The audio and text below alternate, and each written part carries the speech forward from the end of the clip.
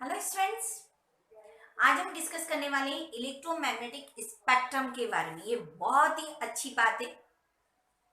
Actually क्या आपने मैं ऑलरेडी इलेक्ट्रोमैग्नेटिक वेव्स के बारे में स्टडी कर लिया होगा।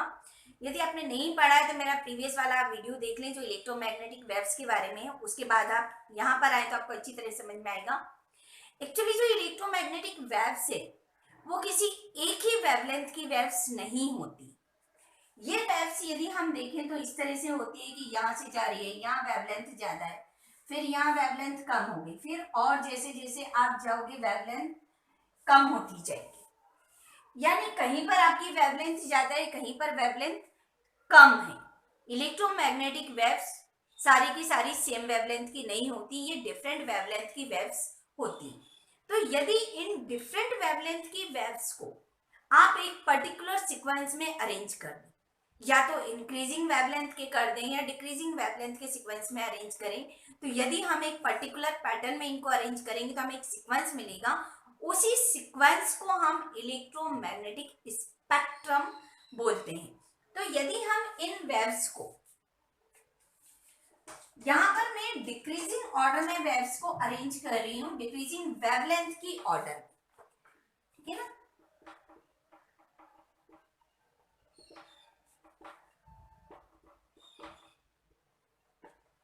डिक्रीजिंग वेवलेंथ, इधर की तरफ जाने पर वेवलेंथ डिक्रीज हो रही है। आप डिक्रीजिंग वेवलेंथ की सीक्वेंस में अरेंज करें तो हमारे पास बहुत सारी वेव्स आती हैं। अब उनकी वेवलेंथ के अकॉर्डिंग फ्रीक्वेंसी भी चेंज होगी, क्योंकि यदि वेवलेंथ डिक्रीज हो रही तो फ्रीक्वेंसी क्या होगी, इंक्रीज होगी। क्योंकि हम फ्रीक्वेंसी किसको बोलते हैं, एक पर्टिकुलर टाइम में एक, या हम कहते हैं कि एक 1 सेकंड में एक पर्टिकुलर पॉइंट से कितनी वेव्स ट्रेवल करती है, उसे हम उसकी फ्रीक्वेंसी बोलते हैं। तो जितनी ज्यादा वेवलेंथ होगी फ्रीक्वेंसी उतनी कम हो जाएगी, और जितनी कम वेवलेंथ होगी फ्रीक्वेंसी उतनी ही ज्यादा हो जाएगी। तो क्या इससे कंक्लूजन निकलता है कि आपकी जो वेवलेंथ है और फ्रीक्वेंसी एक दूसरे के अपोजिट होती, इनवर्स होती है। तो यदि ये डिक्रीजिंग वेवलेंथ के सीक्वेंस में है तो डिक्रीजिंग वेवलेंथ तो क्या होगी आपकी, इंक्रीजिंग फ्रीक्वेंसी। अब हमारे पास डिफरेंट वेव्स मिलेंगी और ड्यू टू द फ्रीक्वेंसी और वेवलेंथ इनको डिफरेंट नेम दिए गए। जैसे यहां से हम स्टार्ट करें तो सबसे ज्यादा वेवलेंथ होती है रेडियो वेव्स की, ठीक है ना। सबसे ज्यादा वेवलेंथ होती है रेडियो वेव्स की। फिर आपके पास आती है माइक्रोवेव्स, रेडियो वेव्स, माइक्रोवेव्स। फिर आ जाती है आपके पास इंफ्रारेड। फिर आती है आपके पास विजिबल लाइट, जिसको आप सिंपली लाइट भी बोल सकते हो।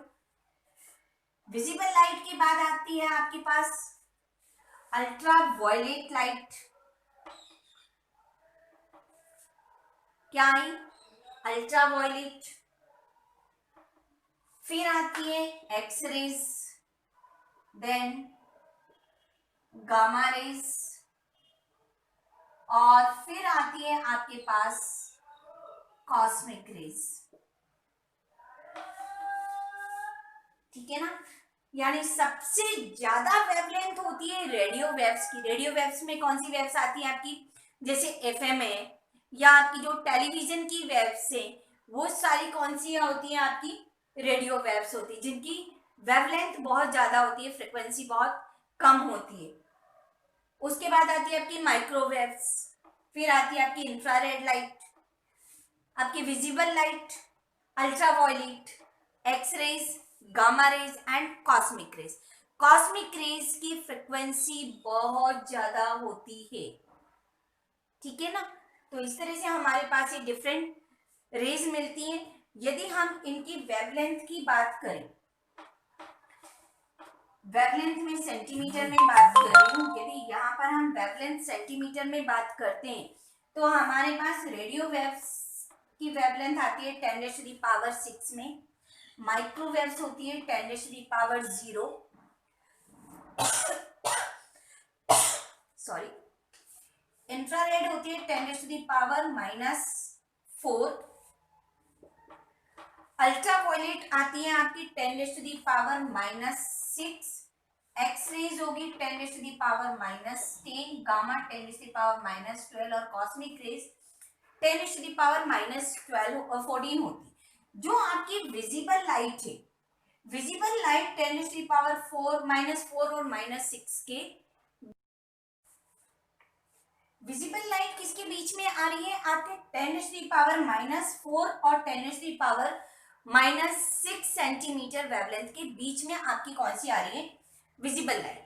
अब विजिबल लाइट में हमको मालूम है कि ये 7 कलर का कॉम्बिनेशन होती है और ये 7 कलर किस सीक्वेंस में होते हैं आपके, विबग्योर के सीक्वेंस में आपके 7 कलर। यहाँ आप देख रहे हैं कि रेड कलर एकदम लेफ्ट साइड में आ रहा है, दैट मीन्स रेड कलर की वेवलेंथ सबसे ज्यादा होती है, विजिबल लाइट की बात कर रही हूँ, रेड कलर की वेवलेंथ सबसे ज्यादा होती है और वॉयलेट की वेवलेंथ सबसे कम होती है। अब एक ट्रिक और आपको बताती है, देखिए सबसे लेफ्ट में क्या आ रहा है, रेड, दैट मीन्स इसके लेफ्ट में जो आएगी वो इंफ्रारेड लाइट आएगी, रेड से इंफ्रारेड। और सबसे राइट में क्या आ रहा है, वॉयलेट, दैट मीन्स इसके राइट में क्या आएगा, अल्ट्रावायलेट। तो इस तरह से आप ध्यान में रख सकते हो कि जो विजिबल लाइट है इंफ्रारेड और अल्ट्रावायलेट के बीच में आने वाली लाइट आपकी विजिबल लाइट होती है और रेड कलर की वेवलेंथ सबसे ज्यादा होती है, वॉयलेट कलर की वेवलेंथ सबसे कम होती है। क्लियर है? तो इस सीक्वेंस में आपके पास ये डिफरेंट पैटर्न ऑफ वेव मिलता है। इसी पैटर्न को, इसी सीक्वेंस को हम बोलते हैं इलेक्ट्रोमैग्नेटिक स्पेक्ट्रम। दैट मीन्स यदि डिफरेंट इलेक्ट्रोमैग्नेटिक वेव्स को इंक्रीजिंग या डिक्रीजिंग वेवलेंथ के सीक्वेंस में या फ्रीक्वेंसी के सीक्वेंस में अरेंज किया जाए तो हमें जो स्पेक्ट्रम या सीक्वेंस मिलता है, दैट स्पेक्ट्रम और sequence is called the electromagnetic spectrum. इन सारी वेव्स को आप एक शॉर्ट ट्रिक के थ्रू भी लर्न कर सकते हैं, वो ट्रिक आपको नेक्स्ट वीडियो में बताऊंगी। तब तक के लिए वेट करिए and bye bye, see you, मिलते हैं नेक्स्ट टाइम।